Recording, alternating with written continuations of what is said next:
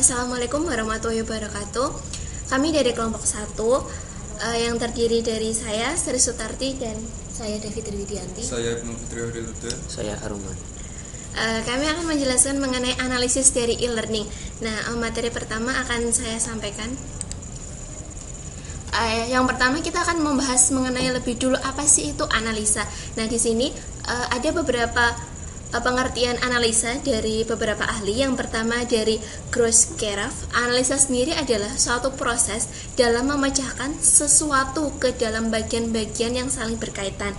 Nah, untuk dari Hanif Al-Fattah, di mana analisis adalah tahap awal dalam pengembangan sistem yang merupakan tahap fundamental yang sangat menentukan kualitas sistem informasi yang dikembangkan.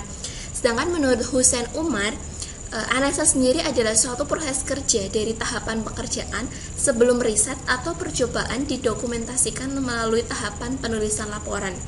Selanjutnya ada dari Komarudin, di mana analisis adalah sebuah aktivitas berpikir untuk mengurangi suatu keseluruhan menjadi bagian atau komponen sehingga dapat mengenal tanda-tanda pada komponen beserta hubungan dan fungsinya dalam satu kesatuan yang utuh. Selanjutnya, saya akan membahas mengenai pengertian analisa ini secara umum. Nah, analisa adalah kumpulan aktivitas dan tahapan yang saling berhubungan yang berguna untuk memecahkan permasalahan menjadi bagian yang lebih terperinci. Bentuk dari kegiatan analisa salah satunya adalah merangkum data mentah menjadi sebuah informasi yang dapat diinterpretasikan. Segala macam bentuk analisa menggambarkan pola-pola yang konsisten dalam data sehingga hasil analisanya dapat dipelajari dan diterjemahkan dengan singkat namun penuh makna. Nah, selanjutnya saya akan membahas mengenai analisis kebutuhan di dalam e-learning. Nah, analisis kebutuhan merupakan aktivitas ilmiah untuk mengidentifikasi faktor-faktor pendukung dan penghambat atau kesenjangan proses pembelajaran guna memilih dan menentukan media yang tepat dan relevan mencapai tujuan pembelajaran atau goal and objective yang mengarah pada peningkatan mutu pendidikan. Nah, analisis kebutuhan media pembelajaran dilakukan sebelum media pembelajaran tersebut dirancang dan dikembangkan. Untuk materi selanjutnya akan disampaikan oleh Devi. Selanjutnya adalah analisa kebutuhan menurut para ahli.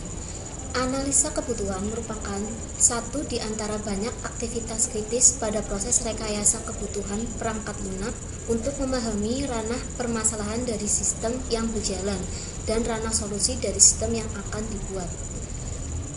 Analisa kebutuhan merupakan bagian dari proses kebutuhan perangkat lunak yang berperan menjembatani jurang yang sering terjadi antara level rekayasa kebutuhan dan perancangan perangkat lunak. Dari Pressman tahun 2008. Analisis kebutuhan bertujuan menyempurnakan kebutuhan yang ada untuk memastikan pemangku kepentingan memahaminya dan menemukan kesalahan-kesalahan, kelalaian dan kekurangan lainnya jika ada menurut Weiger tahun 2003. Tujuan analisa kebutuhan. Yang pertama, mengidentifikasi data apa dan proses apa yang dibutuhkan dalam sistem baru. Yang kedua, menentukan kebutuhan fungsional dan kebutuhan non-fungsional sistem baru. Yang ketiga, membuat rencana bisnis sistem dalam bahasa yang mudah dipahami pengembang. Yang keempat, menspesifikasikan kebutuhan kecuali alternatif spesifikasi komputer dan detail teknologi.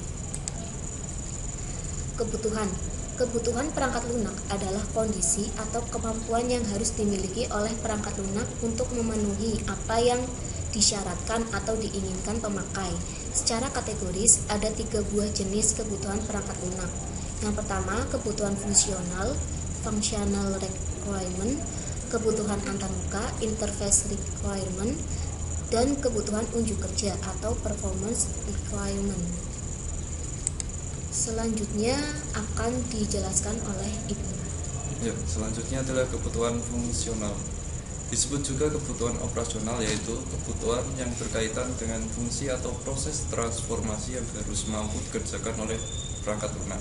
Contoh, perangkat lunak harus dapat menyimpan semua rincian data pesanan pelanggan. Perangkat lunak harus mampu mencetak laporan penjualan sesuai periode yang diinputkan. Dan selanjutnya adalah perangkat lunak harus mampu menyajikan informasi jalur pengiriman terpendek. Kebutuhan antarmuka. Kebutuhan ini menghubungkan perangkat lunak dengan elemen perangkat keras, perangkat lunak atau basis data. Contoh, akses ke basis data menggunakan ODBC atau Open Database Connectivity. Perangkat lunak untuk memasukkan data menggunakan keyboard, mouse, dan scanner. Selanjutnya, kebutuhan untuk kerja. Kebutuhan yang menetapkan karakteristik untuk unjuk kerja yang harus dimiliki oleh perangkat lunak seperti kecepatan atau frekuensi. Contohnya, waktu tanggap penyajian informasi maksimal selama 1 menit. Perangkat lunak harus mampu mengolah data sampai 1 juta record untuk setiap transaksi. Perangkat lunak harus dapat digunakan secara multi-user sesuai otoritas yang diberikan oleh masing-masing pemakai. Selanjutnya, komponen e-learning akan dijelaskan oleh Arman. Selanjutnya, komponen e-learning. Yang pertama, infrastruktur e-learning. Infrastruktur e-learning dapat berupa personal komputer atau PC, jaringan komputer, internet, dan perlengkapan multimedia, termasuk di dalamnya peralatan telekonferensi apabila kita memberikan layanan synchronous learning melalui telekonferensi. Yang kedua adalah sistem dan aplikasi e-learning.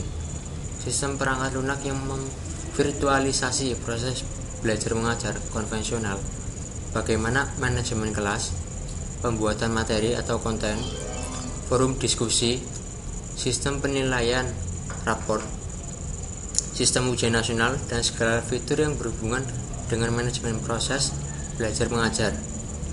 Sistem perangkat lunak tersebut sering disebut dengan Learning Management System atau LMS. LMS banyak yang open source sehingga bisa kita manfaatkan dengan mudah dan murah untuk dibangun di sekolah dan universitas. Yang ketiga, komponen e-learning. Konten dan bahan ajar yang ada pada e-learning system atau learning management system. Konten dan bahan ajar ini bisa dalam bentuk multimedia based content atau text based content seperti pada buku pelajaran biasa disimpan dalam learning management system sehingga dapat dijalankan oleh siswa kapanpun dan dimanapun. Berikutnya, budaya e-learning. Sikap yang harus ditumbuh, kembangkan, dan dibudayakan dalam pemanfaatan sistem e-learning diantaranya adalah dorongan yang kuat untuk menciptakan, menangkap, menjaring, menyimpan, mengolah, dan menyebarluaskan knowledge yang dimiliki kepada siswa dan guru lain. Pembentukan budaya berbagai pengetahuan mendorong terjadinya kreativitas terhadap pengetahuan dan inovasi sehingga guru dapat lebih meningkatkan performa dan kinerjanya selaku guru yang profesional. Sekian presentasi dari kelompok kami. Apabila ada salah kata kami mohon maaf. Wassalamualaikum warahmatullahi wabarakatuh.